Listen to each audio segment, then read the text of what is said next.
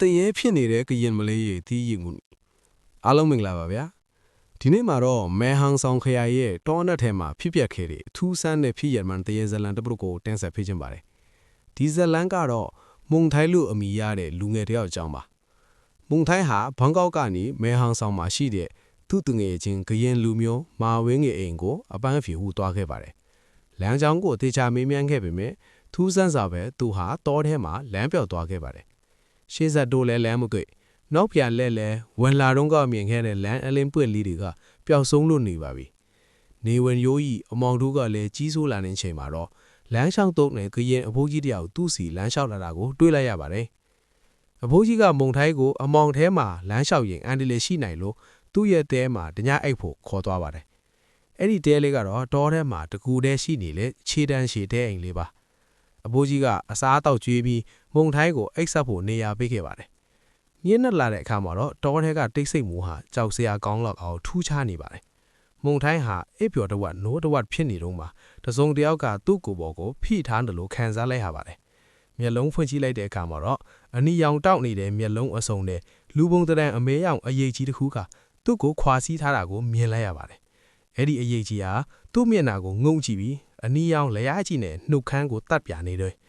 အကူကြီးတောင်းဖို့အော်ပေမဲ့လေအတန်ကထွက်မလာပါဘူးမုံထိုင်းဟာဒါတရေစီတာဖြစ်မယ်လို့တွေးပြီးစိတ်ထဲကနေဖျားစာတွေကိုတောက်ချောင်ရွတ်ဖတ်လိုက်ပါတယ်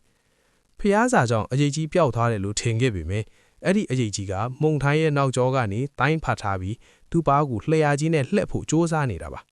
မုံထိုင်းဟာကြောက်လန့်တကြားနဲ့တဲဘော်ကနေခုန်ချပြီးအမှောင်တဲကိုရမ်းတန့်ပြေးပါတော့တယ်ဒါပေမဲ့အဲ့ဒီတရေကရှေ့ကနေပိတ်ရက်ပြီးသူ့ဝိညာဉ်ကိုစားဖို့စ조사နေပါတယ်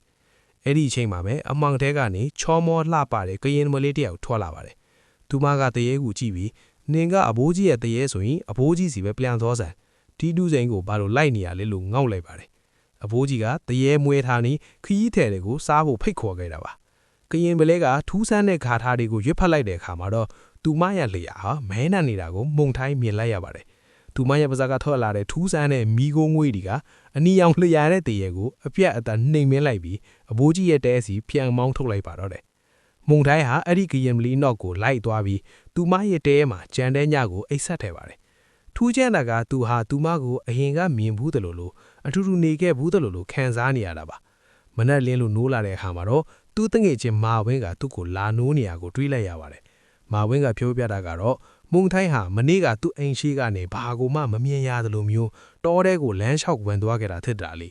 မာဝင်းလိုက်ခေါ်ပြီးမဲ့လည်းမကြားခဲ့ဘူးလို့ဆိုပါတယ်မုံထိုင်းကလျာမဲတဲ့ကရင်မလေးအကြောင်းပြောပြတဲ့အခါမှာတော့မာဝင်းကသူ့ရဲ့အဘိုးထောင်တပ်ပုံကိုထုတ်ပြပါတယ်အဲ့ဒီပုံထဲကအမျိုးသမီးဟာမုံထိုင်းကိုကယ်တင်ခဲ့တဲ့လျာမဲကရင်မလေးနဲ့တပုံစံနဲ့ဖြစ်ပါတယ်တစ်ဆက်ထဲမှာပဲမာဝင်းကသူ့ရဲ့အဘိုးထောင်ပုံကိုပြလိုက်တဲ့အခါမှာမုံထိုင်းဟာစွန့်အားတော့ပါတယ်ဘာလို့လဲဆိုတော့အဘိုးထောင်ရဲ့မျက်နာကမုံထိုင်းနဲ့တထက်တဲ့တူလို့ပါ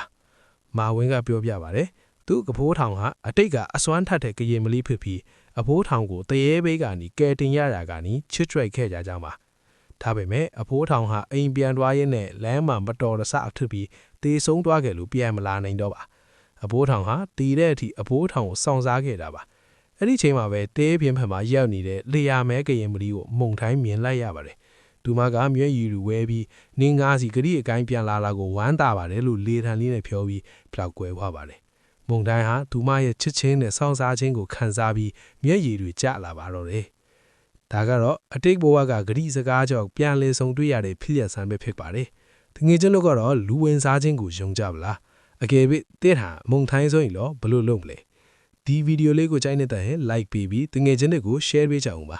နောက်ထပ်ဘလို့တရေဇလန်းဒီနားထောင်ခြင်းတလဲဆိုတာ comment မှာရေးပေးခဲ့အောင်ပါဗျာကျေးဇူးတင်ပါတယ်